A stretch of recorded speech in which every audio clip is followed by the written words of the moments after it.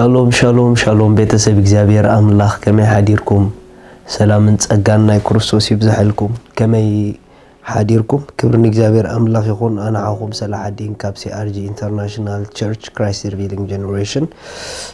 ዝፍኖ ናይ መዓልቲ ቃል ብል ፕሮግራም ናዩ ሎም ድማ ከምቲ ልሙድ መዓልቲ ዝኸውን ናይ እግዚአብሔር ቃል ሒዝና መጺና ኣለና I believe لو نزقال السمعو بزقال هيوتكم كم دلوتن كم درسرسن نمعلتكم دما بحيل خم تنبروان እግዚአብሔር አምላክ ስሙ ይባረክ لو مدما نمعلت زخون قال انكافلو حلوا ملائختي زبلي حلوا ملائختي هاليلويا كابتم حدا اب هيوتنا እግዚአብሔር نطقمنا زهبنا ملائختي እግዚአብሔር هاليلويا ስለዚህ ስለ ملائختي እግዚአብሔር بزتردأ كمتن اب هيوتካ ብዙሕ ነገር ክትጥቀመሎም ናይ እግዚአብሔር ملائختي تخاليخ مخنياتو እግዚአብሔር نطقمنا زلقوم ናይ እግዚአብሔር ملائختي ስለዘሎ ክብርና አምላክ ይኹን መጽሐፍ ቅዱስ ከምዚ بالمزمور ዳዊት 91 ካብተሲ أبتغسي عسرته أكي زبلا أيك رغبكان سغايون أبدون كانك أيك قربنيو أب كل من قدخا كحلوخا نمال أختو كإززلكا إيو أمو ريخم أب كل من قدخا نخحلوخا أب كل أتبل تقال أب كل مالت أب كل عينتنا هيوتنا من كسغاس أب كل عينتنا هيوتنا قدايات نايكزي أبير ملأختي أساين زخونو أبتو قدايتلو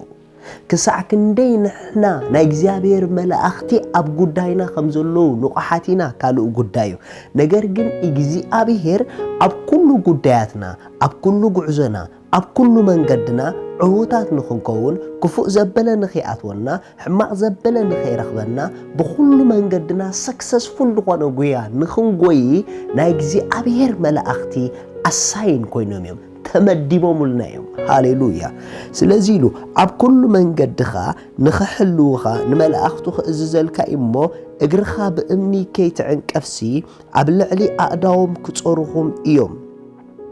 أبلعلي أنبسان تمنن كتكورو شدن أنبسان قبلن دما كترقج إخا إلو ريخم أقاركم بأمني متان كي عنكف أقاركا بأمني متان كي عنكف أبلعلي أقداهم كتصورو خائم أبتخورو كل زبل دما كحلو خائم إلو ريخم أبتوم نجزابير زفرحوم أبزوريهم ملأختي سفليلو مصحف قدس كاب كفو دما يناقفوهم إزبل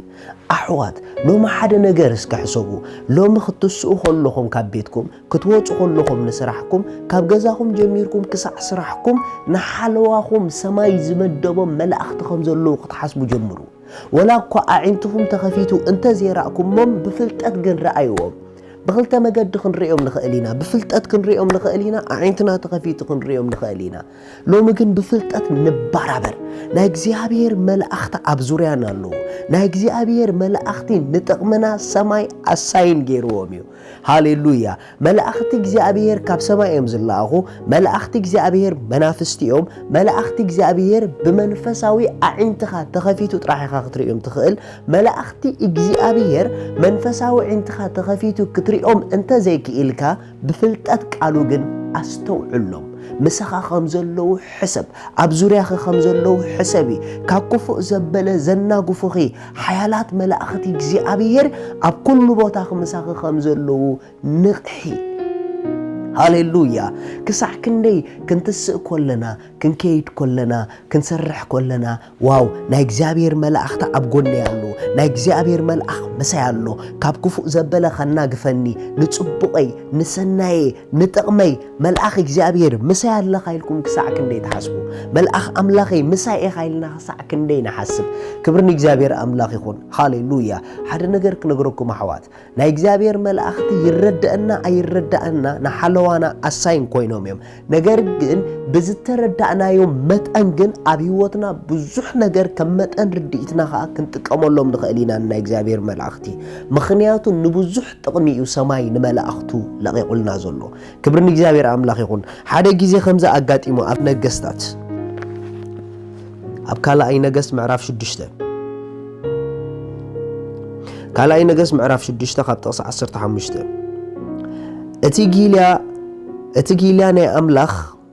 እቲ ጊልያ ናይ ኣምላኽ ሰብ አንጊሁ ተንሲኡ ምስ ወፀ ኸኣ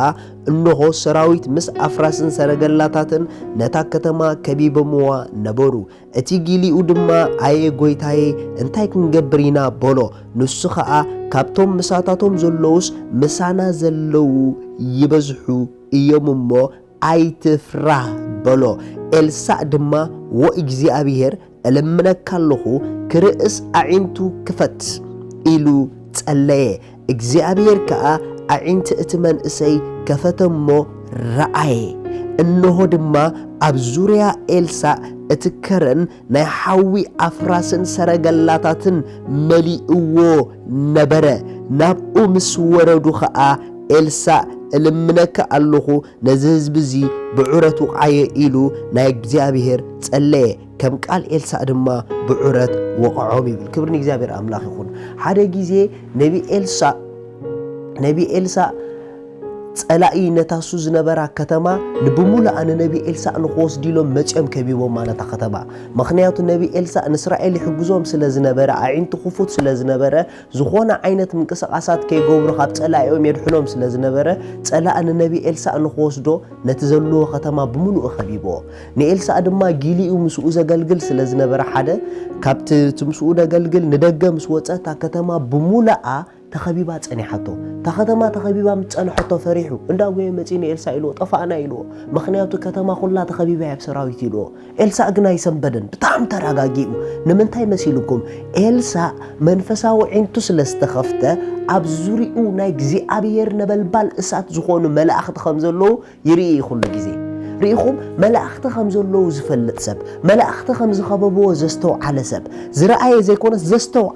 ዘስተውዓለ ማለት ከምዚ ሕጂ ዝነግረኩም ዘለኹ ናይ እግዚአብሔር ቃል ሓቂ ይባ መላእኽቲ ኣለዉ ኢልኩም ብምስተውዓል ተተባራቢርኩም ማለት እዩ ዘስተውዓለ ሰብ ንኽፉእ ዘበለ ኣይፈርሕን እዩ ስለዚ ነቢ ኤልሳዕ ምንም ዘይመሰሎ ድሓር ግን ነቢ ኤልሳዕ ከረድኦ ስለ ዘይከኣለ ነቲ ባሪኡ ነቲ ጊልኡ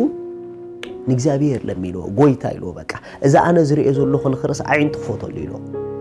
ልክ ኣዒንቱ ምስ ከፈተሉ ነበልባል እሳት ካብቶም ከቢቦሞም ዘለዉ ጸላእቶም ብዕፅፊ ዝበዝሑን ዝብርትዑን ነታ ከተማ ከቢቦምዋ ነይሮም ኣነ ሎማ ሓደ ነገር ክነግረኩም ሓያላት ዝኾኑ ናይ እግዚአብሔር መላእኽቲ ኣብ ዙርያኹም ኣለዉ ካብ ጸላእትኹም ዝብርትዑ መላእኽቲ ኣምላኽ ኣለዉኹም ካብ ጸላእትና ዝብርትዑ መላእኽቲ እግዚአብሔር ምሳና እዮም ክፉእ ዘበለ ንኸይረኽበና ብዙርያና ብመላእኽቲ ብውሽጥና ብመንፈሱ ሕልዋት ኢና ክብርን እግዚአብሔር ኣምላኽ ይኹን ሎሚ ግን ክንባራበርን ክንነቅሕ እንደልየ ዘለኹ ስለ ናይ እግዚአብሔር መላእኽቲ እዩ ሎማ ሓደ ሰብ ይበል መልአኽ እግዚአብሔር ምሳይ ኣሎ መልአኽ እግዚአብሔር ኣብ ዙርያ ኣሎ መልአኽ እግዚአብሔር ኣብ ዝኾዶ ዘበለ ካብ ክፉእ ንኸናግፈን ምሳይ እዩ ኣብ ዝኾዶ ዘበለ ጉዳይ ንኽፍጸም ምሳይ እዩ ኣብ ዝኾዶ ዘበለ ንኽዕወት ምሳይ እዩ መላእኽቲ እግዚአብሔር ሓለዋ ኣለዎም መላእኽቲ እግዚአብሔር ኣብ ጉዳይና ከይተረፈ ጣልቃ ኣትዮም ኣሳልጦ ይህቡ እዮም ስለዚ ናይ እግዚአብሔር መላእኽቲ መናፍስቲ እዮም ናይ እግዚአብሔር መላእኽቲ ካብ ኣምላኽ ናብ ሰብ ልኡኻት እዮም ናይ እግዚአብሔር መናፍስቲ ናይ እግዚአብሔር መላእኽቲ ኣገልገልቲ መናፍስቲ ንጥቕሚ ፍጥረት ወይ ድማ ንጥቕሚ እቶም ዝድሕኑ እዮም ስለዚ ንጥቕምኺ ንጥቕምኻ ናይ እግዚአብሔር መልአኽ ኣሎ ጎንኻ ደስ ይበልካ ሻሎም